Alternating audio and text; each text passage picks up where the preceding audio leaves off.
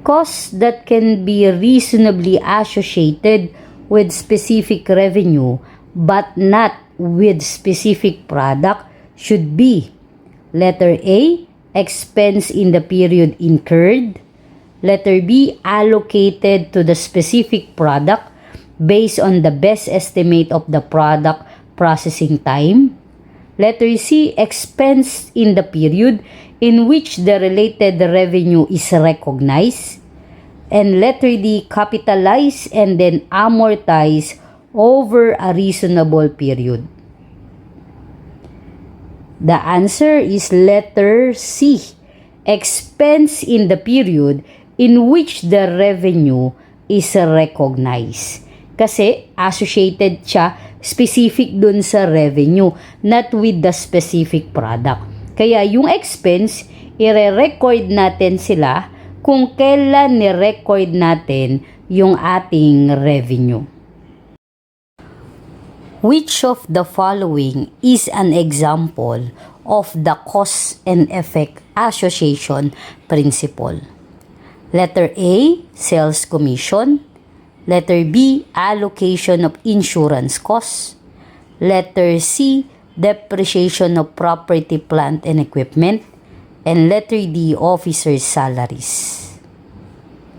The answer is letter A, sales commission. Kapag cause and effect association, nire-recognize muna natin yung revenue bago tayo nagre-recognize ng expense. So, dito sa sales commission, nag-record muna tayo ng sales, tapos binigyan natin ng commission yung ating mga employees or ating agent. So, dun tayo nagkakaroon ng sales commission.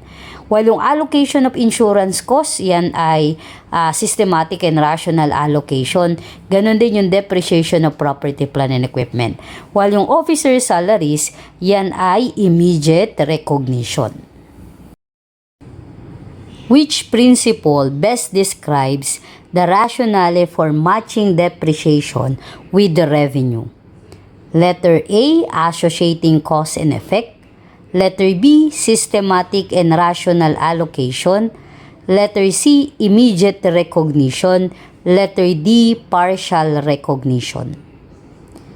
The answer is letter B, systematic and rational allocation. Which of the following should be expensed under the principle of systematic and rational allocation? Letter A, salesmen's monthly salaries; letter B, insurance premiums; letter C, transportation to customers; letter D, electricity to light office building. The answer is letter B, insurance premiums. So, yan yung inire-record natin as prepaid insurance. So, ina-allocate natin, no, yung amount ng prepaid insurance natin over dun sa period na nagbe-benefit yung entity. The write-off a worthless patent is an example of which of the following principles? Letter A, associating cause and effect; letter B, immediate recognition; letter C, systematic and rational allocation; letter D, objectivity. The answer is letter B, immediate recognition.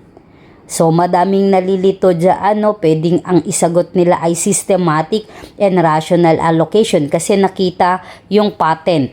But dito kasi, ang tinatanong ay write-off nung worthless patent. So, kapag mag-write-off ka, immediate recognition yun. Pero kung yan ay amortization ng patent, yun yung systematic and rational allocation.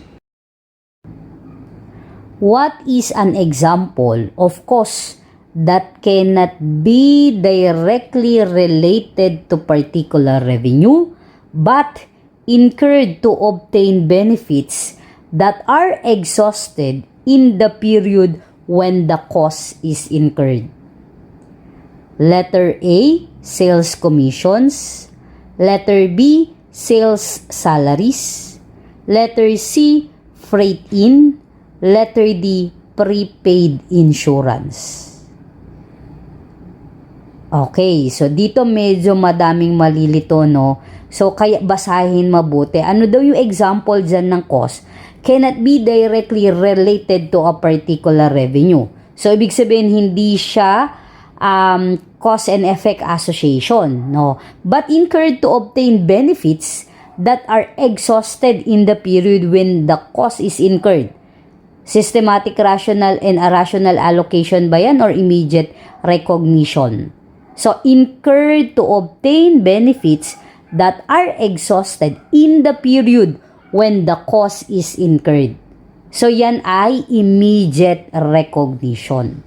So, kaya ang answer dyan ay letter B, sales salaries. Ang sales commission ay cost and effect association. Ang freight in ay kasama yan sa purchases natin. Ang prepaid insurance naman ay, ano naman yan, systematic and rational allocation. Ang sales salaries, ito yung immediate recognition. Kaya ang answer ay letter B. When should an expenditure be recorded as an asset rather than an expense? Letter A, never. Letter B, always. Letter C, if the amount is material. Letter D, when there is a right that has the potential to produce economic benefit. The answer is letter D, when there is a right that has the potential to produce economic benefit. Which accounting principle is being observed when an accountant charges to expense a cost that contributed to revenue during a period? Letter A, revenue realization. Letter B, matching. Letter C, monetary unit. And letter D, conservatism. Answer is letter B, matching principle, which is not acceptable for recognition of expense. Letter A, systematic and rational allocation. Letter B, direct matching. Letter C, immediate recognition. Letter D, cash disbursement. The answer is letter D, cash disbursement.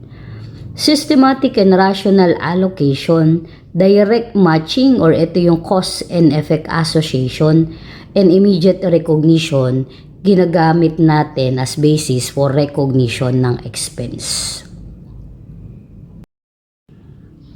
A cause and effect relationship is implicit in the letter A, realization principle. Letter B, historical cost principle. Letter C, matching principle. And letter D, going concern assumption.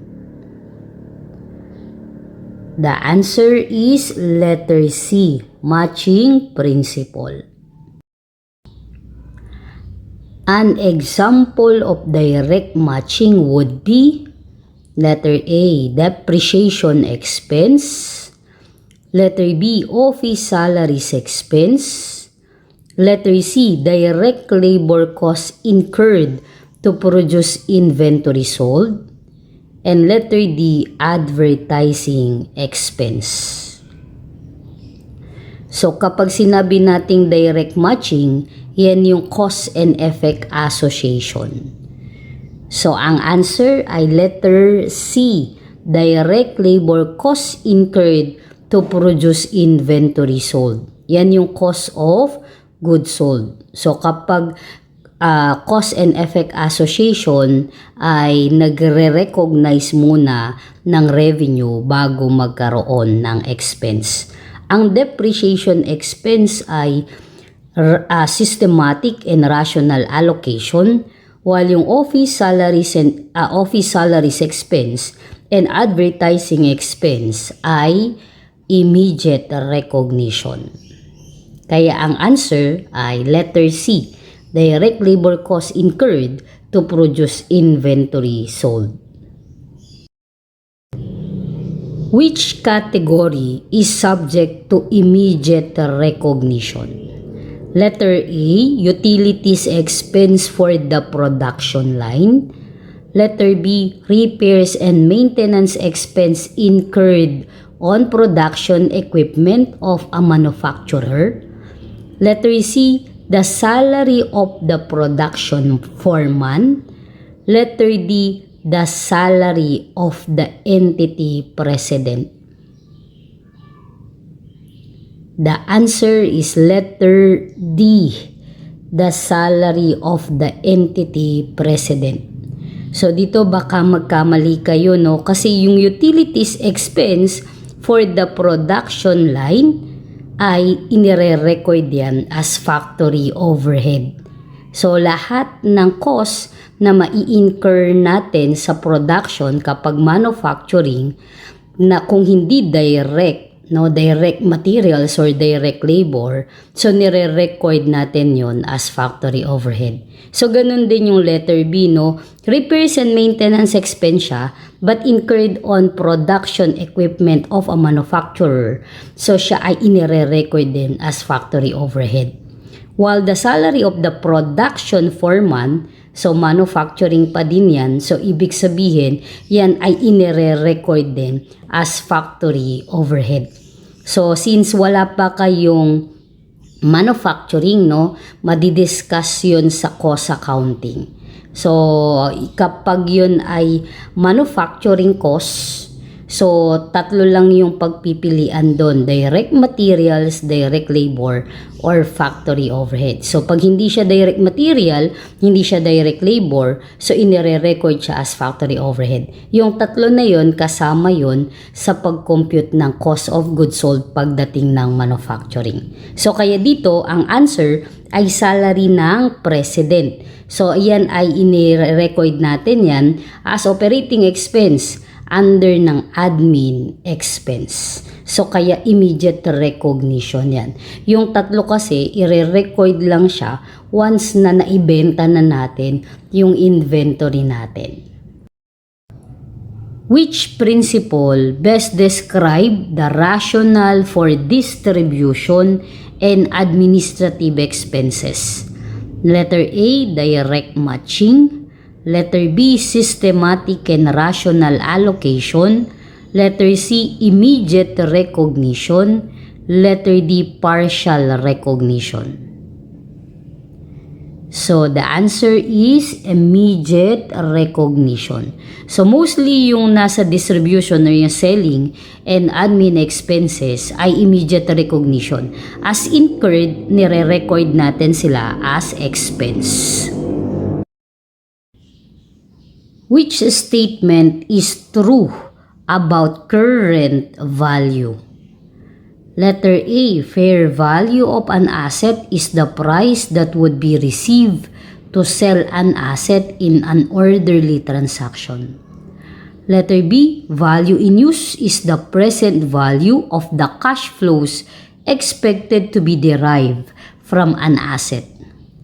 Letter C, fulfillment value is the present value of the cash expected for the payment of liability. And letter D, all of these statements are true about current value. So, ang answer ay letter D. All of these statements are true about current value. So, yung fair value of an asset is the price that would be received to sell an asset. And yung value in use is the present value of the cash flows expected to be derived from an asset. And yung fulfillment value naman is the present value of the cash expected for the payment of liability. The measurement bases include A, historical cost, B, current value, letter C, assessed value, letter D, historical cost and current value? The answer is letter D, historical cost and current value. Current value includes letter A, fair value and present value. Letter B, fair value and current cost. Letter C, current cost and value in use. Letter D, fair value, value in use, and current cost. So, yung answer ay letter D, fair value, value in use, and current cost. Actually, 4 yan, kasama din yung fulfillment value. Which measurement attribute is not currently used? Letter A, present value. Letter B, fair value. Letter C, current cost.